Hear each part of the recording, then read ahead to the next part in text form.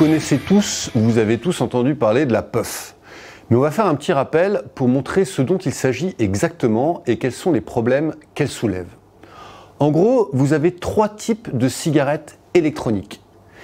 Les cigarettes classiques, comme celle-ci, avec une box dans laquelle il y a une batterie et un cliromiseur dans lequel vous mettez du e-liquide.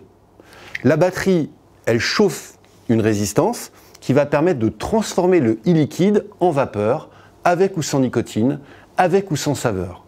Classique et super efficace. C'est la cigarette électronique de référence. Vous avez aussi les pods. C'est le même principe, mais beaucoup plus simple d'utilisation. Vous devez recharger votre batterie quand elle est vide, mais au lieu de changer régulièrement vos résistances et de remettre du liquide, ce qui est objectivement un peu pénible, vous changez régulièrement votre pod, comme des capsules de Nespresso. C'est super pratique, mais c'est moins puissant, plus cher à l'usage et surtout ça pollue parce que les pods, on les change souvent. Mais c'est très bien pour les nouveaux vapoteurs qui veulent arrêter de fumer. Et depuis quelques temps déjà, vous avez le produit qui défraie la chronique, la puff. C'est ça. Là, on a une cigarette électronique entièrement jetable. Elle ne coûte pas très cher, 8 à 12 € selon leur contenance. Vous avez jusqu'à 500 ou 800 bouffées de la nicotine ou non, plein de saveurs possibles. Mais une fois utilisée, vous la jetez, y compris la batterie au lithium qu'elle contient. Et ça, franchement, c'est nul. La puff, elle est attaquée de toutes parts, avec des arguments parfois très légitimes, mais parfois beaucoup moins. Premier argument, la puff est une véritable catastrophe écologique.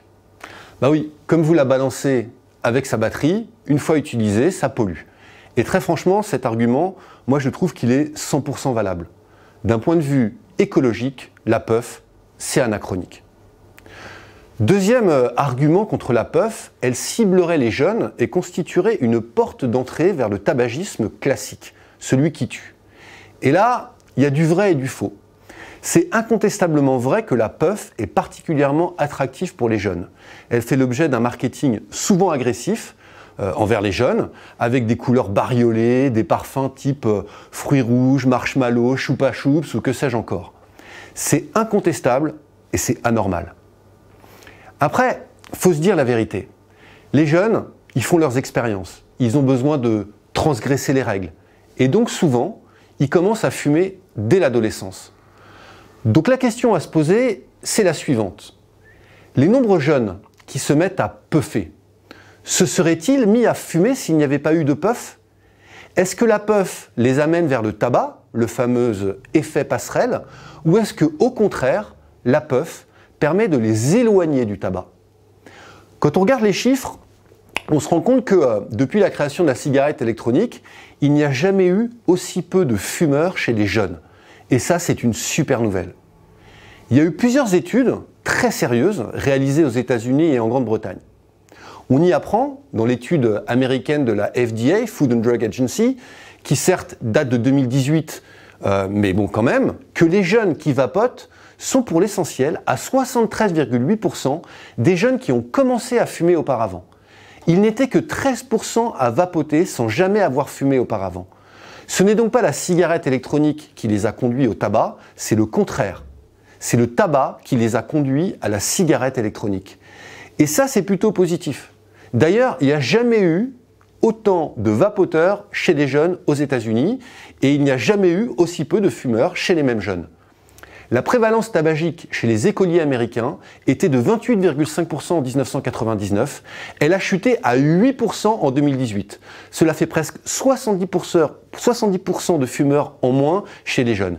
Et moins 70%, c'est énorme. En France, comme partout ailleurs, on manque d'études. Mais on en a une qui constitue une véritable référence. C'est l'enquête Escapade, menée régulièrement par l'OFDT. L'Observatoire français des drogues et toxicomanie. Dans son rapport le plus récent, publié en mars 2022, on y apprend que les jeunes fument de moins en moins. 41% des jeunes de 17 ans fumaient quotidiennement en 2000. 41%. Il n'était plus que 25% à fumer quotidiennement en 2017. On passe de 41% à 25%. Encore mieux. 12% des jeunes de 17 ans fumaient plus de 10 cigarettes par jour en 2000, il n'était plus que 5% en 2017. On passe donc de 12% à 5%. C'est une baisse de 56%.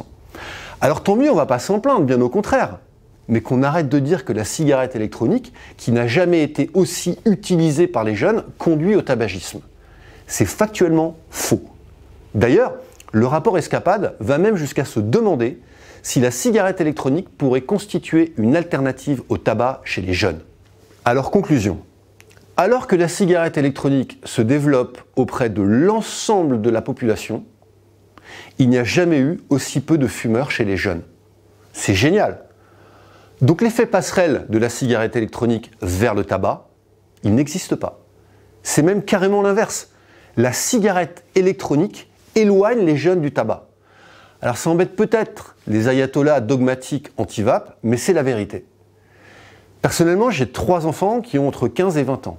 Et une de mes filles s'est mise à fumer assez jeune. Et ça m'a rendu fou parce que je fais tout pour que mes gosses ne fument pas. Alors ma fille qui a commencé à fumer, ce que j'ai fait, c'est que je lui ai acheté une cigarette électronique avec du e-liquide comprenant 0% de nicotine pour qu'elle ne devienne pas accro.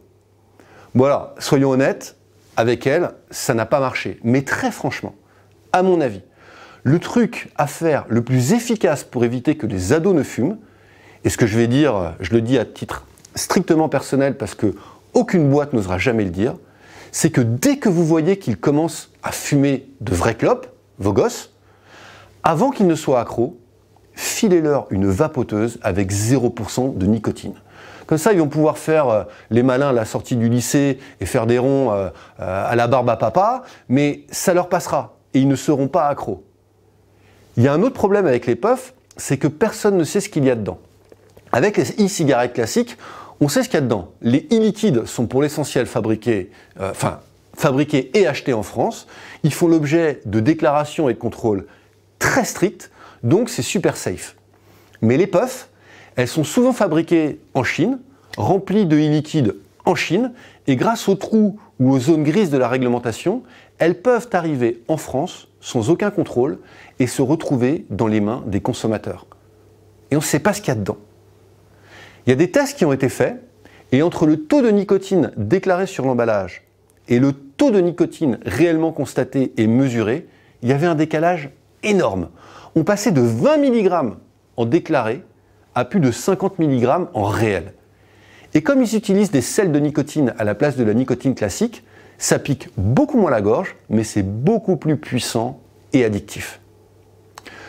Enfin, on voit que la puff, théoriquement interdite à la vente aux mineurs, comme toutes les cigarettes électroniques, est distribuée partout.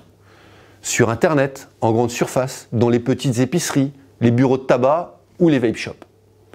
Et beaucoup de visites mystères ont été réalisées pour vérifier si la réglementation était appliquée, et la réalité c'est que non, elle n'est pas appliquée.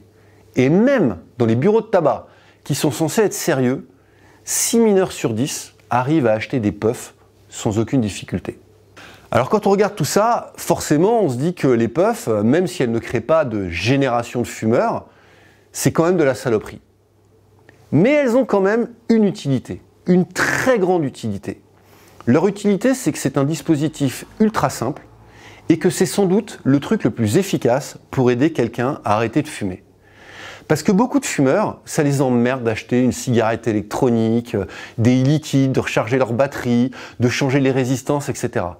Alors que là, le truc est ultra simple et prêt à l'emploi. Tu rentres dans un bureau de tabac, tu vas aller t'acheter un paquet de clopes, et bien à la place, hyper facilement, tu peux remplacer ton paquet de clopes par une puff. C'est un pas déterminant vers l'arrêt du tabac. Et d'ailleurs, les vape shops le constatent. Ils ont plein de clients qui viennent acheter une puff, puis une autre, et encore une autre. Et au bout d'un moment, ils demandent comment passer à autre chose parce que ça finit par coûter cher. Et c'est là que le bon vendeur dans le vape shop, il peut lui proposer, à la place de sa puff, une bonne, vraie et durable cigarette électronique. Et paf, un fumeur de moins. Donc la puff, c'est de la merde, mais ça peut être un truc super de façon transitoire pour convertir des fumeurs en vapoteurs. C'est l'effet passerelle à l'envers. C'est bon pour le porte-monnaie des consommateurs, c'est bon pour leur santé et c'est bon pour l'intérêt général. Donc oui à la puff pour sortir du tabac, mais avec des conditions. 1. Que les puffs ne soient pas marketés pour attirer les jeunes avec des couleurs rose fluo et compagnie. 2. Que les circuits de distribution vérifient véritablement l'âge des acheteurs et que l'interdiction de vente aux mineurs soit réellement respectée, avec des sanctions lourdes à la clé. 3. Que les puffs soient contrôlés et qu'on ne laisse pas n'importe quoi arriver de Chine. 4. Que les consommateurs arrêtent de les jeter n'importe où et qu'elles soient recyclées. Voilà, j'espère que j'ai été pédago sur la puff, que vous savez maintenant ce que c'est, quels sont ses avantages et ses inconvénients. J'espère aussi vous avoir donné des arguments pour répondre à celles et ceux qui disent n'importe quoi sur les puffs. Allez, à plus, ciao.